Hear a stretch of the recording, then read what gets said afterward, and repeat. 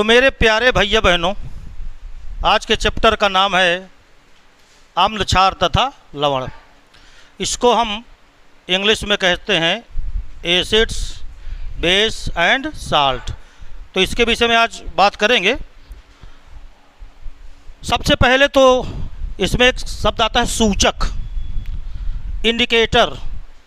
ये इंडिकेटर जो होते हैं ये एसिड और बेस में डिफरेंस बताते हैं, यानी हम इनकी सहायता से जान सकते हैं कि कौन से अम्ल है और कौन से क्या हैं, क्षार हैं। तो लिखो आप, रासायनिक गुणों के आधार पर यौगिकों को 3 श्रेणियों में बांटा गया है। रासायनिक गुणों के आधार पर यौगिकों को 3 श्रेणियों में बांटा गया है। यहाँ पे कंपाउंड्स हो गए। रासायनिक गुणों के आधार पर जो यौगिक हैं उनको 3 श्रेणियों में बांटा गया। पहला अम्ल, दूसरा क्षार, तीसरा लवण। विस्तार से बात करेंगे, लेकिन थोड़ी थोड़ी इंट्रोडक्शन यहाँ पर हम शुरुआत में किए दे रहे हैं। अम्ल जो H+ आयन देते हैं, यानी जो हाइड्रोजन का प्लस आयन देते हैं, वो क्या कहलाते हैं, अम्ल। तो इसकी जो डिफिनीशन पढ़ेंगे, इसकी प्रॉपर्टीज पढ़ेंगे, तो उसके विषय में हम पूरी बात करेंगे। फिलहाल तो यहाँ पर classification of compounds with respect to chemical properties. Chemical properties के आधार पर यौगिकों को हमने 3 भागों में बांट दिया। अम्ल, साल्ट कट में मैंने यहाँ लिख दिया आपके समझने के लिए, जो H+ आयन दे दें। OH- आयन, जिसको आप हाइड्रॉक्सी आयन भी कहते हो, तो OH- आयन जो देंगे उनको हम क्षार बोलेंगे, लेकिन इसकी और प्रॉपर्टी रहेंगी। जो न्यूट्रल होगा, न्यूट्रल का मतलब समझते हो, उदासीन, ना तो H+ देगा ना तो ये OH, यानी आयनों में टूटेगा। जब टूटेगा, जब उसका हम जलीय विलयन करेंगे, तब वो H+ और OH- आयन में टूटेगा, लेकिन फिलहाल वो उदासीन कहलाता है। उदासीन, उदाहरण के तौर पे जैसे मान लीजिए H+ आयन और OH- आयन जब ये मिल जाते हैं तो H2O बनता है, जल। जानते हो ना। तो मुख्य रूप से यौगिक 3 भागों में डिवाइड होंगे। Acids, bases and salt. H+ ion देने वालों को हम अध्ययन करेंगे कि वो एसिड में आते हैं, पूरा विस्तार से बात होगी। OH- आयन वाले, या जो अपने जलीय विलयन में OH- आयन देते हैं, उसको हम क्या बोलेंगे, क्षार और लवण बोलेंगे। तो इस प्रकार आप नोट करते जाएंगे साल्ट कट में, ऐसे तो आपको आराम भी रहेगा पढ़ने। एसिड, बेस, इन दोनों की पहचान करने के लिए जिस डाई का प्रयोग करते हैं, सूचक, इंडिकेटर, अब उनके विषय में बात होगी। तो आइए बात करते हैं इंडिकेटर के विषय में। तो अब हेडिंग पड़ेगी सूचक। सूचक क्या होते हैं, तो सूचक क्या चीज है, तो आप इसके लिए लिख सकते हैं, यह एक ऐसा डाई है, यह एक ऐसा डाई है जो अम्ल तथा क्षार के साथ क्रिया करके, जो अम्ल तथा क्षार के साथ क्रिया करके अपना रंग बदलता है, कलर चेंज करता है। ये एक सूचक होता है, इंडिकेटर होता है, जो अपना रंग बदलेगा। जब एसिड के साथ क्रिया होगी तो कोई रंग और बना लेगा, जब बेस के साथ क्रिया होगी तो कोई रंग और बना लेगा। तो जो रंग बदलता है, यह एक ऐसा डाई है जो अम्ल या क्षार से क्रिया करके अपना रंग परिवर्तित करता है या अपना रंग क्या करता है, बदलता है। राइट है ना, अलग अलग कलर देता है। बेस में अलग कलर देगा, एसिड में क्या देगा, अलग कलर देगा। अब ये जो होते हैं मुख्य रूप से जो डाई होती हैं, जो सूचक होते हैं, वो मुख्य रूप से जो प्रिंसिपल हैं जो आपको पढ़ना है, उनमें हो गया लिटमस पेपर, आपने नाम सुना होगा, है ना। तो पहला तो आप लिख सकते हो लिटमस है, इसमें नंबर 1 पे लिटमस हो गया। दूसरा हो गया मेथिल ऑरेंज, इसका भी यूज होगा, मेथिल ऑरेंज। और एक होता है फिनाप्थलीन, लिखते जाएं इस तरह, और एक होता है फिनाप्थलीन।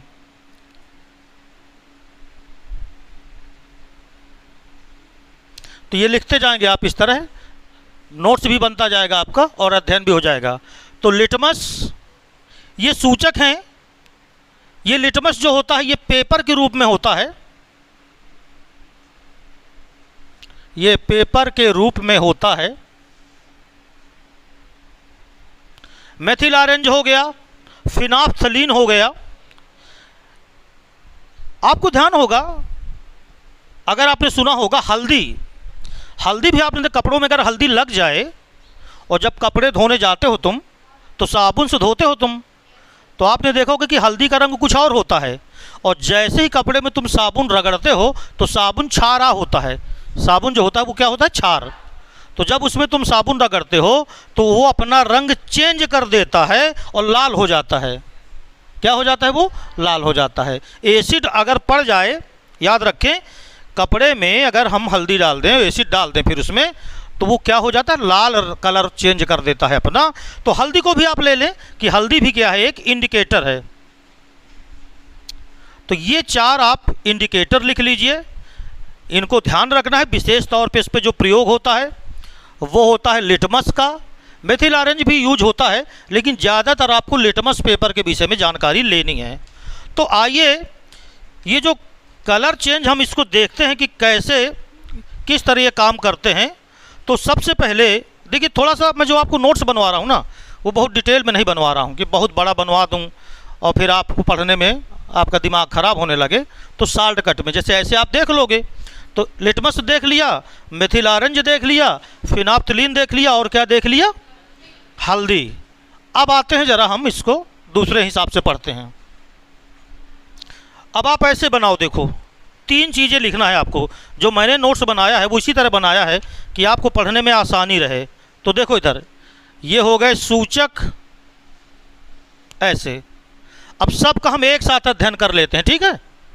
ऐसे ये सूचक लिख दिया। अब सूचक में हम सबसे किनारे में लिख देते हैं लिटमस। एक एक देखते जाएंगे। लिटमस हो गया, नेचुरल होता है ये, NATURAL। नेचुरल माने क्या होता है, प्राकृतिक। तो ये प्राकृतिक सूचक माना जाता है। दूसरा हो गया मेथिल ऑरेंज, इसको हम यहाँ लिखे दे रहे हैं, मेथिल ऑरेंज। और फिनाप्थलीन को किनारे पे लिखे देते हैं, और सबका अलग अलग बात कर लेंगे और सबको लिखते भी जाना।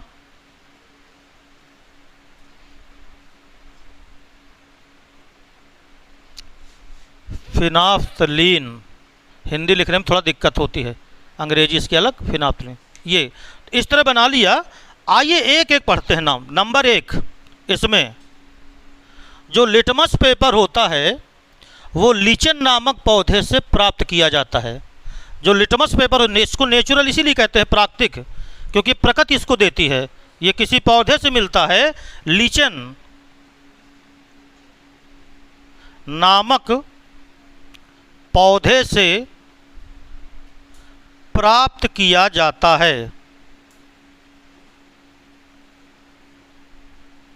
पहली चीज़ तो ये आप नोट कर सकते हैं कि जो लिटमस होता है वो लीचन नामक पौधे से क्या किया जाता है, प्राप्त किया। दूसरा ये है कि ये 2 रूपों में पाया जाता है। जो दूसरा नंबर है यह 2 रूपों में होता है, 2 रूपों में पाया जाता है। ये एक तो होता है ये पेपर के रूप में, पहला नंबर, A नंबर, ये पेपर के रूप में होता है, और जो दूसरा नंबर है वो सॉल्यूशन के रूप में होता है, जिसको हम हिंदी में क्या बोलते हैं, विलयन के रूप में। तो लीचेन नामक पौधे से लिटमस प्राप्त किया जाता है। लिटमस दो रूपों में हम प्रयोग में लाते हैं। एक लिटमस पेपर कहलाता है, उसको एसिड में ऐसे डाल देते हैं, बेस में ऐसे डाल देते हैं तो उसका कलर चेंज हो जाता है। कैसा कलर चेंज होता है अभी बात करते हैं। तो पेपर के रूप में, और दूसरा होता है विलयन के रूप में। विलयन ऐसा होता है ना कि जैसे कोई आपके पास एसिड है, उसमें आप इसका विलयन थोड़ा सा डाल दीजिए तो एसिड ही चेंज हो जाएगा, एसिड का कलर चेंज हो जाएगा। तो दो रूपों में पाया जाता है, पेपर के रूप में और विलयन के रूप में। तीसरा नंबर यह है कि इसका जो सॉल्यूशन होता है, इसका विलयन ये पर्पल कलर का होता है। इसका विलयन ये पर्पल कलर का होता है या रंग का होता है, रंग का होता है। तो इतनी जानकारी सबसे पहले तो ये जान लो।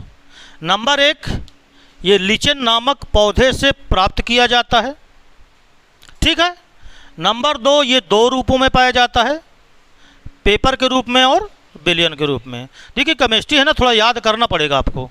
फिजिक्स में जैसे आप क्वेश्चन कर लेते हो तो इसमें क्वेश्चन नहीं होते, तो इसमें इसकी थ्योरी रटना पड़ेगा थोड़ा सा, ठीक है। इसका विलयन किस रूप में होता, किस कलर में होता है, पर्पल कलर में होता है। ये इतनी बात हो गई। अब हम आते हैं मेथिल ऑरेंज के विषय में बात करते हैं। इसके बाद मैं बताऊंगा कि कैसे कलर चेंज करेगा। तो पहले ये जानकारी हो गई, ये नेचुरल है, ये नेचुरल नहीं है। देखो नेचुरल और आर्टिफिशियल किसे कहते हैं। नेचुरल का मतलब जो प्रकृति से मिलता है, जिसे प्रयोगशाला में नहीं बनाया जाता, उसे हम प्राकृतिक बोलते हैं। और जो प्रयोगशाला में बनाया जाए उसे हम कृत्रिम कहते हैं, आर्टिफिशियल यानी कृत्रिम। तो ये जो मेथिल ऑरेंज है ना, ये कृत्रिम है। तो पहला नंबर तो ये कि इसे प्रयोगशाला में बनाया जाता है, इसे प्रयोगशाला में बनाया जाता है। मेथिल ऑरेंज ऐसा सूचक है जिसे प्रयोगशाला में बनाया जाता है। जो इसका नेचुरल कलर है, कलर वो होता है ऑरेंज। ऑरेंज माने ऑरेंज कलर किसे कहते हैं, नारंगी। तो ये किस कलर का होता है, ऑरेंज।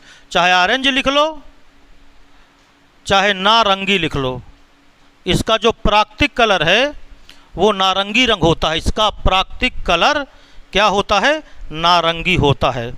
राइट है ना।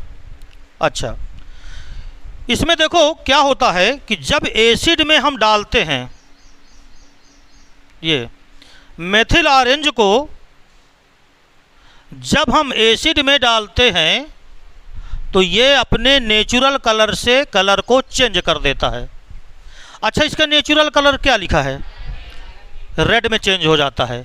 यानी अगर एसिड में डालें तो इसका जो रंग है वो काहे में बदल जाता है, ये ध्यान रखना। लिटमस का भी बता रहा हूँ, 1 मिनट, ठीक है ना। तो याद रखना, मेथिल ऑरेंज का नेचुरल कलर, नाम से ही देख लो ऑरेंज लिखा है। तो मेथिल ऑरेंज पहली बात तो प्रयोगशाला में बनाया जाता है। दूसरी चीज़, इसका नेचुरल जो रंग होता है वो नारंगी रंग होता है। अगर इसको एसिड में डालो, यानी एसिड के साथ अगर इसकी क्रिया करा दें तो ये अपना रंग बदलता है और ऑरेंज से ये रेड में बदल जाता है। लेकिन अगर बेस में डालें, क्षार में अगर इसको डाल दें तो ये येलो कलर में बदल जाता है। इन चीज़ों का ध्यान रखना है। देखो, अगर एसिड में डालो तो रेड में बदलेगा, और अगर बेस में डालो तो ये किस कलर में बदलेगा। ये दो चीज़ें ध्यान रखना है। लिटमस के विषय में भी बात करता हूँ 1 मिनट में अलग से। अब आ जाओ इसमें फिनाप्थलीन में। जो फिनाप्थलीन होता है ये द्रव रूप में पाया जाता है और कलरलेस होता है, यानी इसका कोई रंग, कलरलेस समझते हो ना, इसका कोई रंग नहीं, रंगहीन होता है, तो यह द्रव रूप में पाया जाता है, यह द्रव रूप में पाया जाता है तथा इसका कोई रंग नहीं होता, या हम इसको कह दें कि तथा यह रंगहीन होता है। ये चीज़ है। बात समझ में आ गई? इसमें देखो, अगर एसिड में डालोगे, सुनो, अगर फिनाप्थलीन को एसिड में डालोगे तो कलरलेस था, कलरलेस रहेगा, यानी कोई परिवर्तन, ये ध्यान रखना है। ये चीज़ें आपको याद करनी पड़ेंगी, बहुविकल्पी में आया करता है, समझ लेना इसको। तो इसमें जो है अगर एसिड में डालो, अब एसिड समझ गए, बार बार बोलता हूँ, हिंदी बताओ, अम्ल, तो ये कलरलेस ही रहता है, यानी ये रंगहीन ही बना रहता है, यानी हम यहाँ पर ये कह सकते हैं कि नो चेंज, यानी कोई परिवर्तन नहीं होता। तो अगर हम फिनाप्थलीन को एसिड में डाल दें या एसिड को फिनाप्थलीन में डाल दें, तो फिनाप्थलीन जो कि पहले कलरलेस था वो कलरलेस ही रहेगा, उसके रंग में कोई परिवर्तन नहीं होता। जो बेस होता है क्षार, अगर क्षार में इसको डाल दें या क्षार में इसको डाल दें तो देखो इसी का रंग चेंज होगा, ये खुद अपना रंग बदलता है। तो अगर हम इसको बेस के साथ क्रिया करा दें फिनाप्थलीन को, तो ये शुरू में कलरलेस था लेकिन बाद में ये गुलाबी हो जाता है, यानी कलरलेस से काहे में बदल जाता है, पिंक, तो ये पिंक में बदल जाता है, गुलाबी, ये चीज़। तो इन दोनों का तो देखो हो गया तुम्हारा। रही बात लिटमस पेपर की, तो लिटमस ही आपको सबसे ज़्यादा याद रखना है, लिटमस का ही परीक्षा में आता है। ये पूरा चार्ट टाइप बन गया आपका। इसमें अगर देखें लिटमस के लिए, आइए लिटमस के लिए मैं ऊपर लिखे देता हूँ। तो लिटमस को अगर तुम एसिड में क्रिया कराओ, एसिड में, तो ये क्या करता है, ब्लू कलर से रेड में बदल जाता है, याद रखना बहुत इंपॉर्टेंट है। तो ये ब्लू से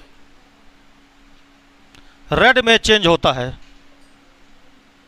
एसिड ब्लू कलर से काहे में बदल जाता है, बहुत परीक्षा में आता है ये, हाँ बहुत इंपॉर्टेंट है ये। ब्लू कलर से रेड में चेंज हो जाता है और रेड से ब्लू में बदल जाता है जब इसको काहे में डालते हैं, बेस में, क्षार में। तो बेस में क्या होता है कि ये रेड से काहे में बदल जाता है, ब्लू में। सारा डिटेल आपका हो गया, ये देखिए सब कुछ बता दिया। नोट कर लो अच्छा सब लोग, अगर कोई रह गया हो।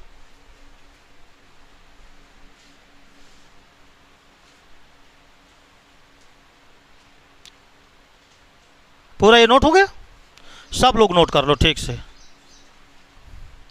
मैं एक बार फिर से जल्दी जल्दी बात कर लूँ, मेरी बटन खुली हुई है, अच्छा ना लगेगा उसमें, बंद कर लो। हाँ भाई फिर से आ जाओ एक बार।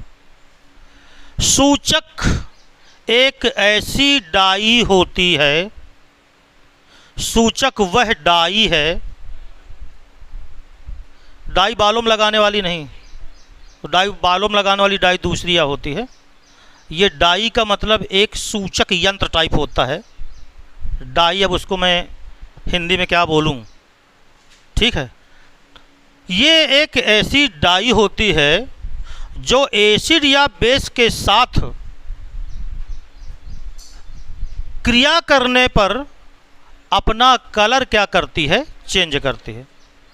इसकी सहायता से, किसकी सहायता से, इंडिकेटर सूचक की सहायता से हम क्या करते हैं कि एसिड और बेस की क्या करते हैं, पहचान करते हैं, राइट। मुख्य रूप से 3 प्रकार के सूचक होते हैं प्रिंसिपल, बाकी तो तमाम हैं और हैं, लेकिन जो मुख्य हैं वो 3 हैं, litmus, methyl orange, phenolphthalein. Litmus lichen नामक पौधे से प्राप्त किया जाता है, लिचन नामक पौधे से प्राप्त किया जाता है, इसीलिए नेचुरल कहलाता है ये, क्योंकि ये प्रकृति से मिलता है। ये 2 रूपों में पाया जाता है, पेपर रूप में और विलयन रूप में। और इसका विलयन किस रंग का होता है? विलयन। मेथिल ऑरेंज को हम चूंकि प्रयोगशाला में बनाते हैं, इसलिए ये नेचुरल नहीं कहलाता, ये आर्टिफिशियल कहलाता है। और इसका जो कलर होता है वो नारंगी होता है। एसिड से जब ये एसिड के संपर्क में आता है तो अपना ऑरेंज कलर रेड में बदल देता है, और अगर बेस में आए तो काहे में बदल देता है? येलो कलर में। फिनाप्थलीन यह द्रव के रूप में पाया जाता है, रंगहीन होता है, इसका कोई कलर नहीं होता। तो जब इसको एसिड के साथ लाओगे तो नो चेंज, कलर में कोई परिवर्तन नहीं हो। लेकिन अगर बेस के साथ लाओगे तो, और ये तो मैंने आपसे बताया था कि हैशटैग करके इसको लिखना है। एसिड ब्लू से रेड में बदलता है। एसिड में लिटमस का कलर ब्लू से काहे में, और बेस में रेड से काहे में। हल्दी की बात आई, और हल्दी किस कलर की होती है? टर्मरिक कहते हो ना हल्दी को, टर्मरिक, बीको टर्मरिक वज्रदंती। तो चूँकि वो पीले कलर का मंजन होता है और उसमें हल्दी पता नहीं मिलाते कि नहीं मिलाते, मैं नहीं जानता, लेकिन उसका नाम बीको टर्मरिक फेस पाउडर का है, वो पेस्ट है, जो भी हो। तो टर्मरिक माने हल्दी किस कलर की होती है? येलो कलर से चेंज होती है काहे में? रेड में। काहे में चेंज होता है? इसको भी लिख लें आप। एसिड, हेडिंग डालो, अम्ल, एसिड,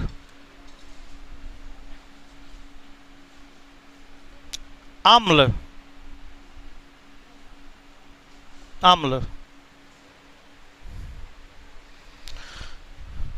आइए इसकी प्रॉपर्टी देख लो।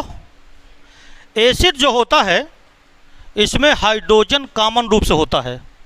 एसिड में हाइड्रोजन कॉमन रूप से पाया जाता है, यानी ये हाइड्रोजन कॉमन रूप से होता है, राइट। ये अब एसिड की परिभाषा की बात कर लें सीधे सीधे, तो एसिड ऐसे यौगिक हैं जो अपने जलीय विलयन में हाइड्रोजन प्लस आयन देते हैं। हो गई परिभाषा। चूंकि यह हाइड्रोजन प्लस आयन कभी स्वतंत्र अवस्था में नहीं रह पाता, इसलिए जल से क्रिया कर लेता है, और जल से क्रिया करके हाइड्रोनियम आयन बना लेता है। ये इसकी डिफिनीशन हो गई, परिभाषा। अम्ल ऐसे यौगिक हैं, अम्ल ऐसे यौगिक हैं जो अपने जलीय विलयन में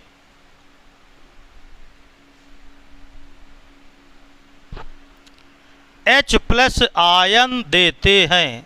ये लीजिए, बहुत सी किताबों में आपको इतना ही लिखा मिल जाएगा, जो अपने जलीय विलयन में H+ आयन देते हैं।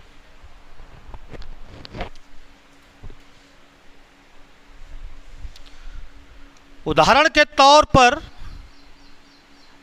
क्या इसका नाम तुमने सुना है? हाइड्रोक्लोरिक अम्ल। हाइड्रोक्लोरिक अम्ल ये है। जब हम देखते हैं इसके जलीय विलयन में इसको डालते हैं, या ये अपने जलीय विलयन में अगर आयन देता है तो H+ आयन देता है और Cl- आयन देता है। बात समझ में आ गई? तो ये H+ आयन देने वाला अम्ल कहलाया। किसने H+ आयन दिया? हाइड्रोक्लोरिक अम्ल ने। तो ऐसे यौगिक जो अपने जलीय विलयन में क्या देते हैं? H+ आयन देते हैं। अब देखो, ये हो गया आपका डिफिनीशन हो गया। एग्जाम्पल से मैंने थोड़ा सा आपको बताया। अब बहुत से एग्जाम्पल, अभी तो इस बहुत ढेर सारा बहुत बड़ा चैप्टर है, अभी बहुत दिन तक चलेगा ये, लेकिन शुरुआत चूंकि ये हो रही है। तो H+ आयन देते हैं when this dissolve in water, जब इसे जल में डिजॉल्व करते हैं, घोलते हैं। तो जब जलीय विलयन होता है तो उसमें तो जल होगा ही होगा। तो करता क्या है ये H+ आयन? ये स्वतंत्र अवस्था में नहीं रहता। बात मेरी समझना, ये H+ जो आयन होता है ये स्वतंत्र अवस्था में नहीं रहता। तो चूंकि जलीय विलयन होता है बेटा, जो विलयन होता है वो काहे का होता है? तो उसमें जल तो पाया ही जाएगा। तो ये H+ आयन इसके साथ क्रिया कर जाता है, जल के साथ, और जल के साथ क्रिया करके H3O प्लस बनाता है। H2O था ये, एक H और जुड़ा तो H3O प्लस बनाता है। इसे हम बोलते हैं हाइड्रोनियम आयन।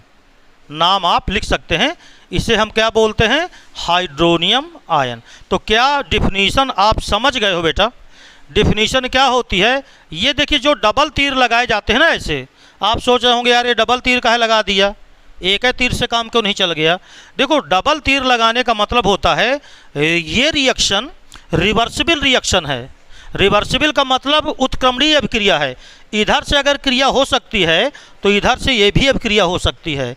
अगर H प्लस आयन और H2O मिल करके हाइड्रोनियम आयन बनाते हैं तो हाइड्रोनियम आयन भी टूट करके H प्लस आयन और H2O बना सकता है। ठीक है ना? तो ये रिवर्सिबल रिएक्शन के लिए डबल तीर लगाए जाते हैं। सिंगल तीर का मतलब क्रिया होती है, उसकी उल्टी नहीं होती, विपरीत नहीं होती, लेकिन इसमें विपरीत भी हो जाती है। तो इतना है, बस ये आपको समझना था। ये डिफिनीशन, फिर इसकी प्रॉपर्टी की बात करेंगे हम आपको। हाइड्रोक्लोरिक अम्ल, बहुत ढेर सारे अम्ल भी पढ़ेंगे हम लोग।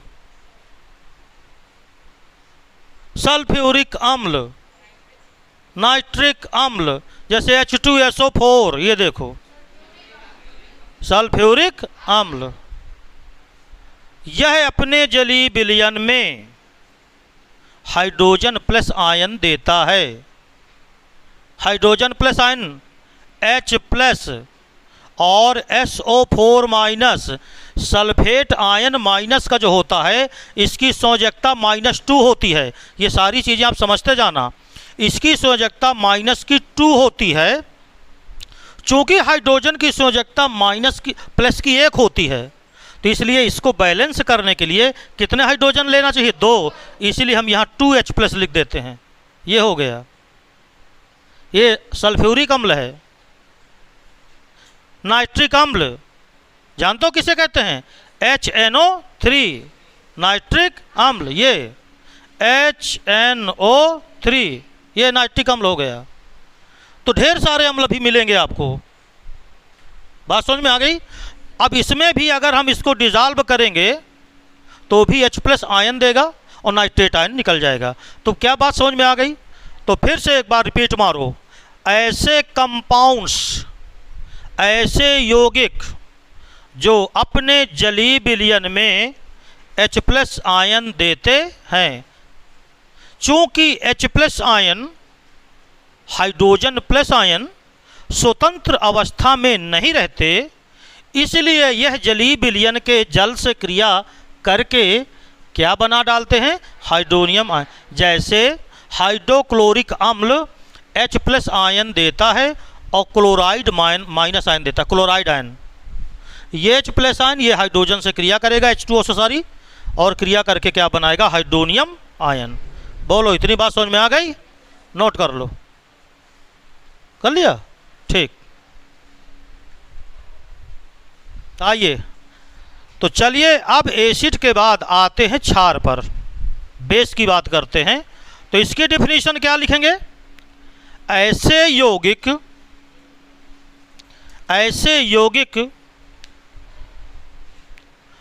जो अपने जलीय विलयन में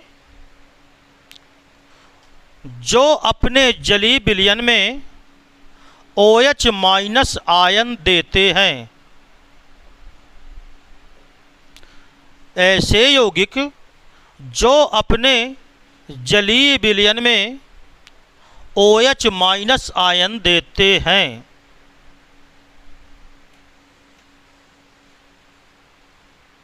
राइट है। उदाहरण के तौर पे बात कर लेते हैं, सबसे famous NaOH, sodium hydroxide.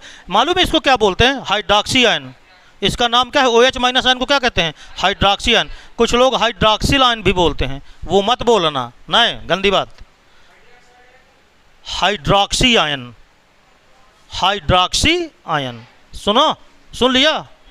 Hydroxide हो ये ना सबको, हाइड्रोक्सी आयन। तो ये हाइड्रोक्सी आयन देते हैं, OH माइनस आयन देते हैं। जैसे NaOH नाम है सोडियम हाइड्रोक्साइड, क्या नाम है इसका? Sodium hydroxide. देखो इसने क्या क्या दिया अपने जलीय विलयन में, Na+ और OH-। इसको कहते हैं हाइड्रोक्सी आयन। ये तो ये OH- आयन देते हैं इसके उदाहरण के तौर पर। तो ये अगर तुम्हें दिखाई दे ना तो बेस बताने लगता है, समझ जाओ ये बेस से निकला है, समझ जाओ बेस है ये। लेकिन कुछ और चीज़ें भी क्षार में आते हैं। ये एक पहचान है, ये तरीका है जो हाई स्कूल स्तर तक है, वो ये है कि ऐसे सभी कंपाउंड्स जो अपने एक्वस सोल्यूशन की हिंदी क्या बोलें? जलीय विलयन। एक्वस सोल्यूशन माने जलीय, क्योंकि अभी मैं लिखा करूँगा, यहाँ मैं लिखूँगा AQ। कहोगे सर जी ये कहाँ लिख दिया? एक्वस सोल्यूशन जलीय विलयन, फिर मैं लिखूँगा HNO3, ये लिख दूंगा कंसंट्रेट, फिर कभी लिख दूंगा DIL डाइल्यूट। तो इनके विषय में भी बात करूंगा भी। ये असल बात लिखा रहता है ब्रैकेट में, तो लड़के कहते पत्नी कहाँ है, छोड़ो कहाँ है, मारो गोली साले को। HNO3 तो है, HNO3 तो है। कंसंट्रेशन सांद्रता, अम्ल की मात्रा ज्यादा तो सांद्र, और जल की मात्रा ज्यादा तो डाइल्यूट। डाइल्यूशन का मतलब होता है जिसमें जल की मात्रा क्या हो, ज्यादा हो, और सांद्र का मतलब जिसमें अम्ल ज्यादा हो, मात्रा ज्यादा हो, क्षार की मात्रा ज्यादा हो, तो वो सांद्र कहलाएगा। उसमें पानी की मात्रा क्या होती है, कम होती है। अभी इसके विषय में भी पूरी बात होगी, निश्चिंत होकर के आप आराम से बैठो। लेकिन देखो ये एक बेसिक प्रॉपर्टी, एक बेसिक इसका लक्षण है कि ऐसे सभी कंपाउंड्स जो अपने जलीय विलयन में क्या देते हैं, OH- आयन देते हैं, तो वो क्या कहलाते हैं, क्षार। लेकिन लिख लीजिए आप थोड़ा सा और, लेकिन क्षार धातुओं के ऑक्साइड होते हैं। ये देखिए धातुओं के ऑक्साइड भी क्या होते हैं, क्षार होते हैं। तो ये धातुओं के ऑक्साइड होते हैं, ये धातुओं के ऑक्साइड होते हैं, ये धातुओं के हाइड्रोक्साइड होते हैं। ऑक्साइड भी होते हैं, ये धातुओं के हाइड्रोक्साइड होते हैं।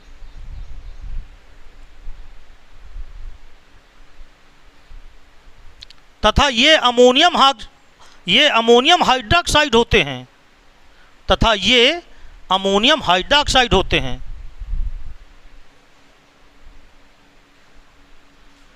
तो भैया बेसेज की डिफिनीशन ये हो गई।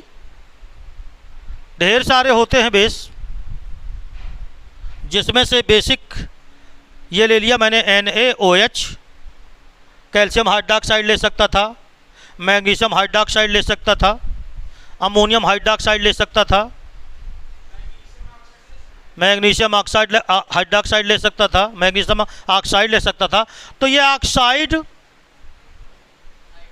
हाइड्रोक्साइड या अमोनियम हाइड्रोक्साइड, ये सारी चीज़ें आपकी क्षार में आती हैं। तो अभी बातें करेंगे आगे, क्योंकि ये जो मेन चीज़ है प्रॉपर्टी पे आएगा। तो इतना समझ में आ गया। अब हम आते हैं साल्ट पे, लवण पे। तो आप लिख लो साल्ट, लवण।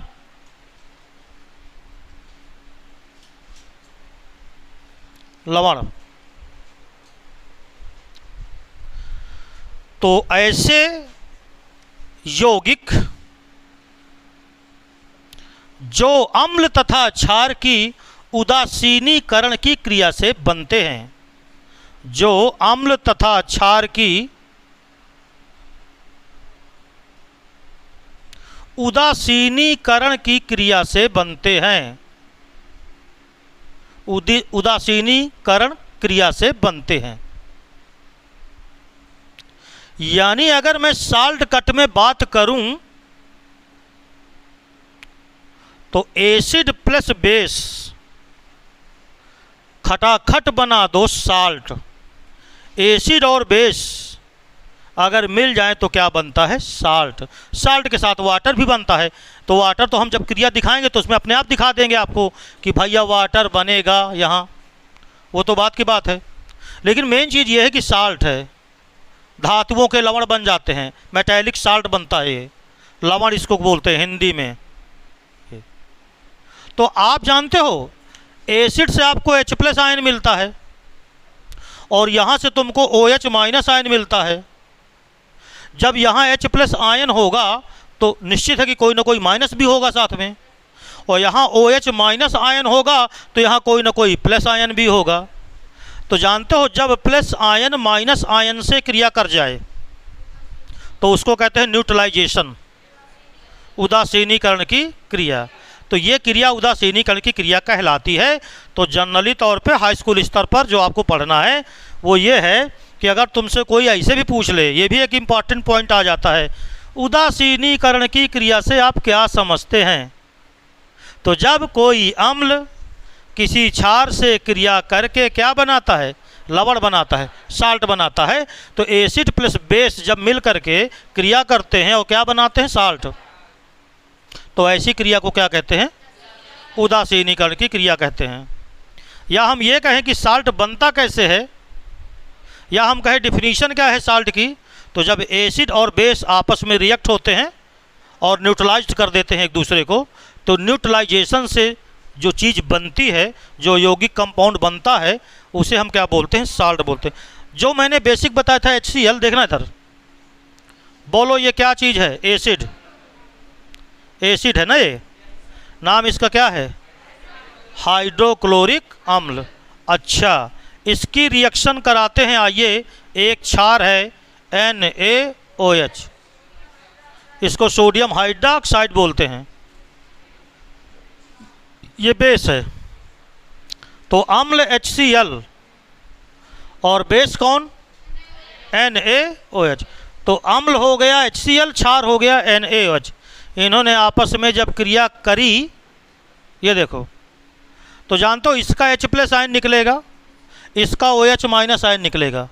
तो इसका H+ और इसका OH- आयन ये क्रिया कर जाएंगे, और सोडियम का प्लस आयन यहाँ से निकलेगा, और क्लोरीन का माइनस, जिसको क्लोराइड आयन बोलते हैं, ये प्लस माइनस। यानी जानते हो, सुनो सुनो सुनो, अरे रुको रुको रुको, बहुत जल्दीबाजी नहीं करना, ये मेन रिएक्शन है आपकी। देखो इधर क्या क्रिया हुई, HCl में H+ आयन और क्लोरीन का माइनस आयन, तो hydrogen plus ion, chloride ion, यहाँ सोडियम का प्लस आयन, OH का माइनस आयन, ये निकले, इधर का प्लस इधर के माइनस से, और इधर का माइनस इधर के क्रिया कर गए, तो बन गया साल्ट।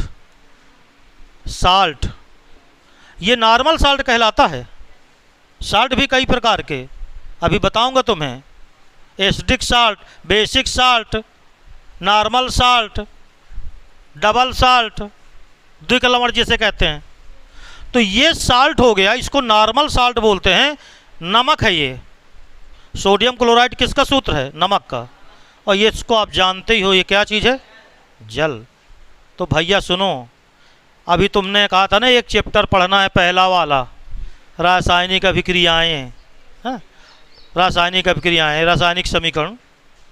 उसमें आपको मिलेगा एक रिएक्शन मिलेगी जिसका नाम होगा displacement reaction, double displacement reaction मिलेगा ना, रुको, अरे रख बे, डबल डिस्प्लेसमेंट रिएक्शन निकलेगी। आप कहते हो कि जब A+B क्रिया करते हैं, या हम ऐसे कह लें कि जब AB + CD क्रिया करते हैं तो AD + BC बनता है। A चला गया C के साथ या D के साथ, और B चला गया C के साथ। डिस्प्लेसमेंट, प्रतिस्थापन, एक दूसरे की जगह पर आ गया। अरे ये प्रतिस्थापन क्रिया का उदाहरण ही तो हो गया। तो केमिस्ट्री एक दूसरे से जुड़ी हुई है। अभी जब मैं आपको डिस्प्लेसमेंट रिएक्शन पढ़ाऊंगा ना, तो उसका एग्जाम्पल दूंगा कि ना दूंगा, तो ये मैं दूंगा, फिर कहूँगा बेटा तुम पहले पढ़ चुके हो, this is a salt, this is a product of acid and base. Sodium chloride बनता है किससे, हाइड्रोक्लोरिक अम्ल और सोडियम हाइड्रोक्साइड की क्रिया से। समझ गए ना। तो ये किस में टूटता है मालूम है, H+C। ये किस में टूटता है, Na+ और OH, देखो तो ये जो H+ है ये OH- के साथ हो गया, और ये जो Cl- है ये Na+, तो NaCl बन गया। प्लस ने माइनस को न्यूट्रलाइज्ड किया, उदासीन किया, और इधर माइनस ने और इधर प्लस ने एक दूसरे को उदासीन किया। तो इस प्रकार इसको आप चाहें तो अब नोट कर सकते हैं। तो अब हम प्रॉपर्टी ऑफ एसिड्स, अम्लों के प्रगुण, अम्लों के गुण पढ़ने वाले हैं। याद रखना, अम्लों के गुणों में जो भौतिक गुण है वो तो नॉर्मल है बिल्कुल, जो इम्पॉर्टेंट है वो है केमिकल प्रॉपर्टीज़। क्या होता है जब वाटर से क्रिया करते हैं, क्या होता है जब इससे क्रिया, क्या, यही तो मेन है, यही तो केमिस्ट्री कठिन बोलेगी बाद में। बहुत कठिन है सर जी, याद नहीं होती। सुबह 4 बजे से रट्टा मारते हैं, बगल वाला पड़ोसी डांटता है कि तेज मत चिल्लाओ, नींद खराब होती है, लेकिन फिर भी सर याद नहीं होता। तो ज़रूर याद होगा, बस समझ समझ के पढ़ना है। तो पहली प्रॉपर्टी क्या होगी? सावर इन टेस्ट। सौर खट्टे होते हैं काहे में? स्वाद में। तो लिखो पहला नंबर, स्वाद में खट्टे, ये भौतिक गुण है। स्वाद में क्या होते हैं? खट्टे होते हैं। नींबू खाए हो कभी? मीठा मिलता है क्या? खट्टा मिलता। सिरका खाए हो कभी? खट्टा मिलता। कच्चा आम खाए हो कभी? खट्टा होता है ना। तो इस प्रकार ये स्वाद में क्या होते हैं? खट। दूसरा number, change blue litmus to red. अभी बताया हूं, change blue litmus to red, नीले लिटमस को, बहुत बढ़िया, शाबाश, क्या बात है। नीले लिटमस को लाल में परिवर्तित करते हैं, या लाल रंग में परिवर्तित करते हैं। तीसरा है कंडक्ट इलेक्ट्रिसिटी। कंडक्ट इलेक्ट्रिसिटी, विद्युत का प्रवाह करते हैं, विद्युत का प्रवाह करते हैं।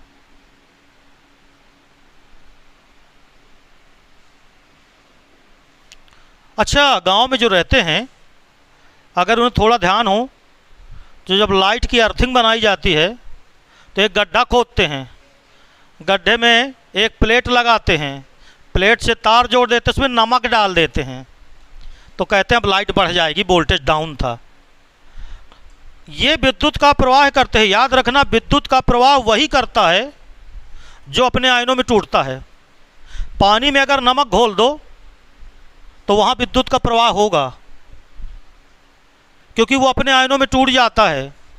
लेकिन सुनो, तुम सोचो कि ग्लूकान डी घोल दें, ग्लूकोज, और तुम सोचो कि क्या विद्युत का प्रवाह होगा? तो ना होगा। तुम कहोगे सर जी उसमें भी तो होता है HOH C6, क्या होता है? H12 C6 H12।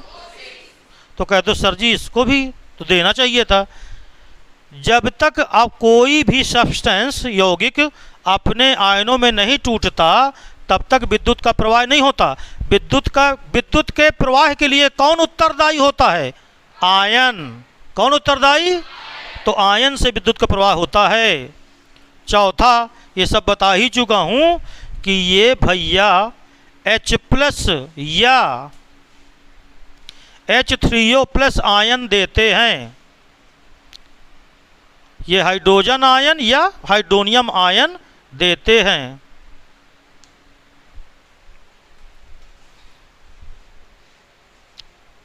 और लास्ट नंबर है 5वां नंबर, ये खतरनाक होते हैं,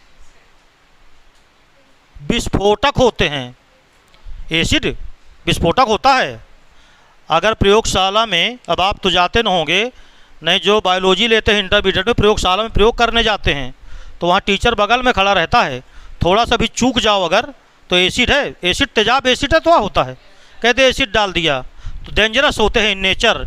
तो acids are dangerous in nature, ये प्रकृति में क्या होते हैं? हाँ जी, डेंजरस, खतरनाक, खतरनाक। नाक के लिए खतरा पैदा करते हैं, खतरनाक होते हैं, ये क्रिया में खतरनाक होते हैं। They are dangerous in reactions, इनकी अभिक्रियाएं खतरनाक हो सकती हैं। इसलिए सदैव प्रयोगशाला में उचित प्रशिक्षक की उपस्थिति में मार्गदर्शन में ही हमें इनका प्रयोग करना चाहिए या इनको टच करना चाहिए। क्यों विद्यार्थियों, समझ में आया? विद्या मंदिर की भाषा में कहें तो उचित मार्गदर्शन में, राइट है। तो अब भैया, अब देखो एसिड भी दो प्रकार के हो सकते हैं,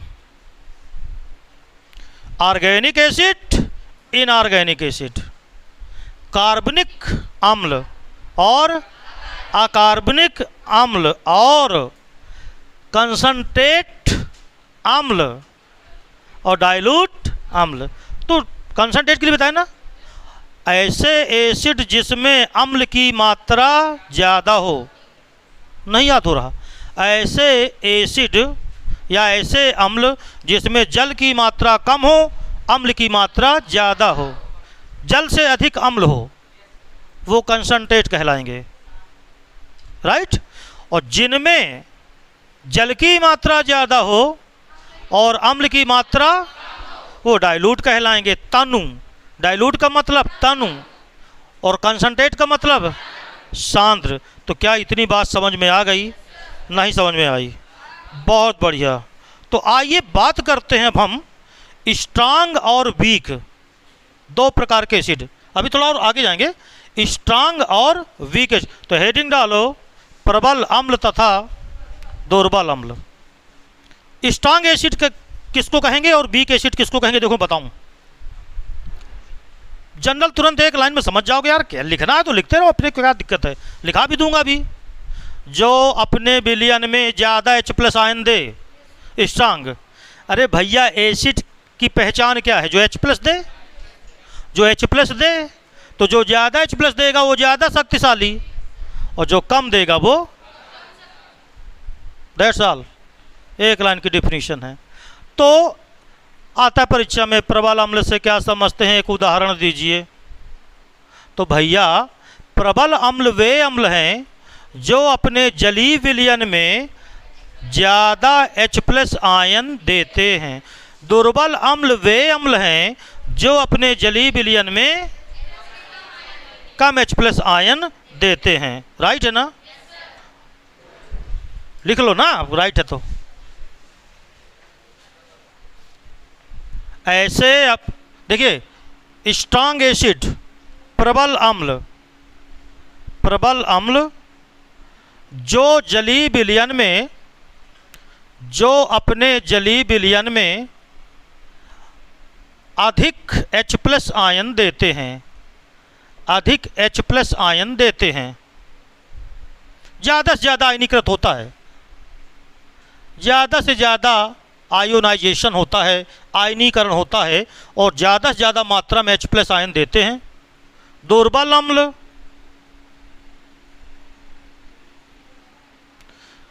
जो कम आयनीकृत होते हैं, जो कम आयनीकृत होते हैं, कम H+ आयन देते हैं,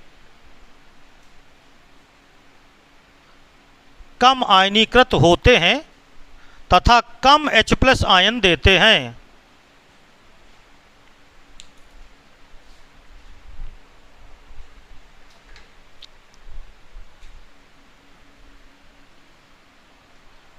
लिख लिया? बहुत बढ़िया, शाबाश, बहुत अच्छे लड़के हो आप लोग। अब जैसे इनके एग्जाम्पल्स लेना है ना, तो देखो HCl, ये याद करना पड़ता है, हाइड्रोक्लोरिक अम्ल, H2SO4, HNO3, ये 3 लिख दिया मैंने। पहला है हाइड्रोक्लोरिक अम्ल, नाम न याद हो तो लिखते जाया करो कोष्टक में। दूसरा है सल्फ्यूरिक अम्ल, तीसरा है, ये होते हैं स्ट्रांग। ये कैसे एसिड हैं? स्ट्रांग एसिड हैं, प्रबल अम्ल है ये। और HBr लिखते जाओ, HBr, H2SO3, H2CO3, H3PO4, CH3COOH, ये वीक एसिड हैं। HBr, H2SO3, H2CO3, H3PO4, H3PO4, CH3COOH, ये वीक एसिड हैं। तो इतनी बात समझ में आ गई। तो आज की क्लास यहीं तक चलनी थी। उम्मीद करता हूं कि आपको समझ में आया होगा। इसके बाद हम 1 शॉट लेंगे, एसिड बेस एंड साल्ट का 1 शॉट वीडियो बनाएंगे, जिसमें आपको कुछ लिखना नहीं होगा, एक साथ आपको समझा देंगे। कृपया